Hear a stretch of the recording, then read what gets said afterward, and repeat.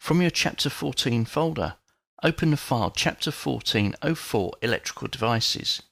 Here in the Floor Plan Power Level 1, we want to start placing some power outlets. From the Systems tab, click on Device.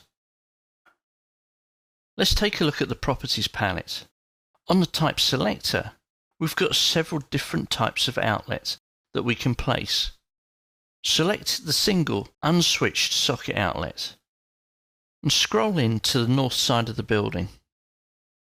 As you'd expect with a socket outlet, its immediate placement is the wall.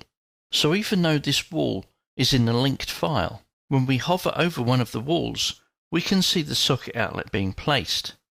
Before we select its placement, however, let's check its elevation. Here we can see the default elevation is 1200. Let's put in something like 450. And then place a selection of socket outlets around the room. But what about floor boxes though? We could still have a floor box with a socket outlet in it.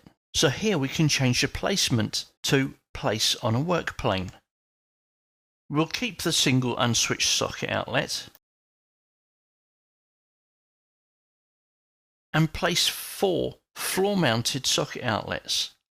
What you need to do with this particular family though is, if you only want to see the symbolic representation, you need to edit the family, and here's why.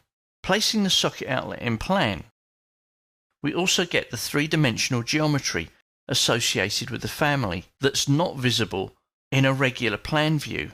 But as this fitting is being treated as if it's on the face, we can see the 3-dimensional geometry as well. What I've done here is edited the family and added a parameter that says it's visible in plan. Unchecking that box means that the 3D geometry is then turned off for this socket in this view. Your other option would be to have an entirely different family, but for an element that's treated generally as a schematic object, is there much point?